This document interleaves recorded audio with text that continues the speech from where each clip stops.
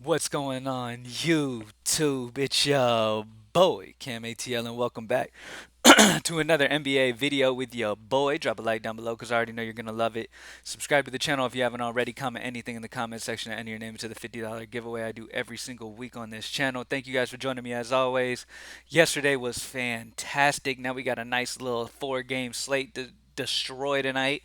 The prize picks, I'll be putting my favorite prize picks on the NBA Access page as when I'm done with this video and the NFL video. Yesterday we also swept prize picks as well as coming at the top of competitions in DFS, so of contests in DFS, so that was a fantastic night. We have Thursday night football tonight with the Falcons playing the Panthers, so that's going to be a good one. My team's on. We should be able to beat the Panthers again, but we'll see. And I'll kind of break down that slate here in a little bit. Anyways, so I'm not going to keep up too much of your time. We're just going to uh, go ahead and put this high five in and send y'all on your way. Starting off as shooting guard.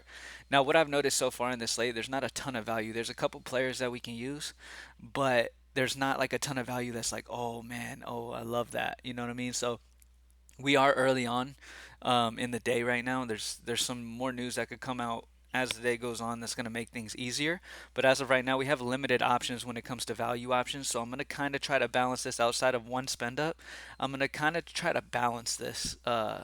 The strategy of balancing is kind of more of my style on this slate today, because of the lack of value. There are some, and we're going to talk about them, but there's not like a bunch that are like, oh yeah, that's definitely the way you want to go. So, but with Kelly Oubre Jr., the exciting part about him here is that he's facing Miami, that's given up the most fantasy points to small forwards out of any team in the entire league. Okay, on top of that, Kelly Oubre is only 6'4", and he's got the second highest usage in fantasy points per minute on Charlotte. He's taking shots. He's got solid usage rate. He's got the best matchup you can ask for against Miami, who's an overall good defensive team. Rozier could, maybe struggle a little bit in the tougher matchup, and Kelly Oubre really gets some more open shots. So I like Oubre at 6'4". He definitely sticks out to me. One of the values that I like on this slate today is going to be Maxi Kleber. Maxi Kleber and Rui. Let's just go ahead and put both of the value guys that I like so far in. Maxi Kleber. Now, he hasn't had much usage. He never really does. He's not a high usage player, but he's a high minutes player, especially when you're missing players. Christian Wood is out for Dallas, as well as Bertans. I'm not sure if Bertans has even played any this year so far, but with Christian Wood out, Maxi Kleber's going to get more minutes. We saw in this last game when Wood missed, Kleber played 33 minutes. Now, that doesn't necessarily mean it's going to generate into fantasy points, but at the end of the day, opportunity is key when it comes to value, especially on four-game slates. You're trying to get whatever you can. Maxi Kleber is one of the better options as a value with Christian Wood out for Dallas. I'm not expecting Kleber to start or anything, but I am expecting heavy minutes. He might still start. Who knows? Let me see. No, he won't start. I'm not expecting him to start, but he will play heavy minutes. I'm expecting 30 plus minutes easy. And this matchup against Washington is not too bad here. All right. At center, I'm going to go with Bam Adebayo. Bam Adebayo's got the best matchup you can ask for against Charlotte. You look at Bam Adebayo this season, he's kind of been up and down. He hasn't been great, but he's facing a Charlotte team that gave up over 31 last night to Eubanks. And they played last night. That's another factor. Porzingis got over 38. Claxton got over 39. Steven Adams dropped 51. They've just nonstop been gashed by bigs. They are giving up the most fantasy points to centers out of any other team in the entire league. As you could see on October 27th, when Bam played Golden State, which is another team that's been struggling versus bigs, he dropped 49. Now, I wouldn't be surprised if that's the kind of output that we get out of him in this one. I'm expecting 40 at least, and at 7-9, I mean, that's 5x. So on a four-game slate with limited kind of options on this slate, Bam Adebayo sticks out to me as a core guy that I'm interested in. Last but not least, I said I have one spend up that I'm interested in, and that is going to be Joel Embiid. Now, the best overall play on the entire slate is going to be Luka, but he's 12-5, and on a slate with lack of value, it could be hard to do that. But Joel Embiid is a guy that could actually match Luka Doncic. Now Luka's getting 35% of his team's usage. Like period. The usage of the entire team, he's getting 35% of that usage. His individual usage is high, but of the team, he's getting 35% of the usage. What's interesting is Joel Embiid is almost 2,000 less, and he's getting 33. So it's not like it's a huge drop down. Him and Trey Young, both of these guys are getting a huge percentage of the usage off of their team. So when it comes to spend ups, with me, like kind of assuming that we might, as of right now, we don't have really the value to get Doncic and make it work beautifully.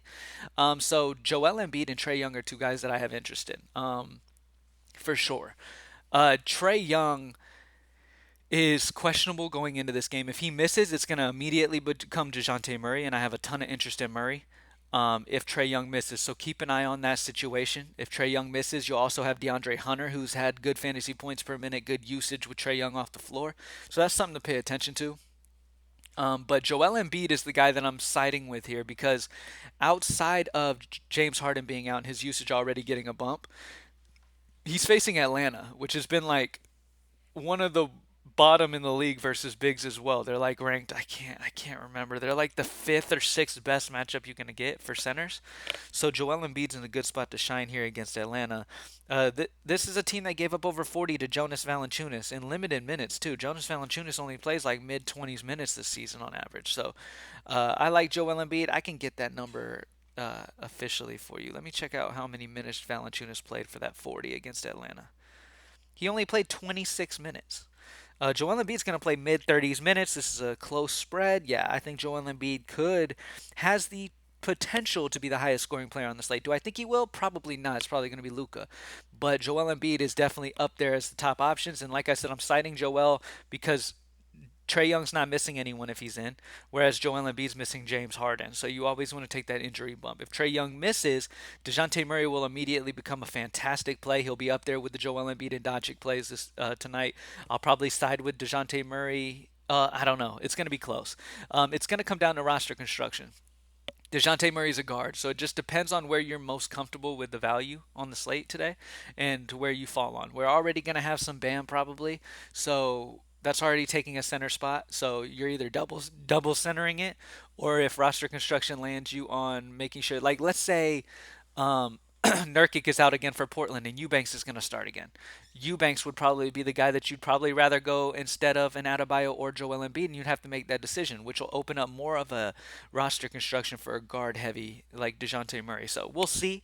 It will come down to that, but as of right now, I really love the high five. We got Kelly Oubre. He's got the best matchup on this Charlotte offense against Miami, who gives up the most points in the fantasy points in the league to small forwards. Maxi Kleber is not going to start, but he's going to get a ton of minutes, probably mid 30s minutes with no Christian Wood. Bam Adebayo, best matchup you can ask for against Charlotte. Rui Hachimura. Did I even talk about Rui or did I skip him? Rui Hachimura, the interesting part about Rui is he's getting like 25% of the team's usage. He is a high usage player so far this year now. He is somebody that I definitely have a ton of interest in as a value play today. When it comes to the value plays, like once again, he's not going to start. But when it comes to the value options on the slate, Rui by far has the most usage when he's on the floor. By far. So the 25 to 30 minutes you're going to see out of Rui here, especially if Dallas blows them out, you're going to see more minutes for Rui.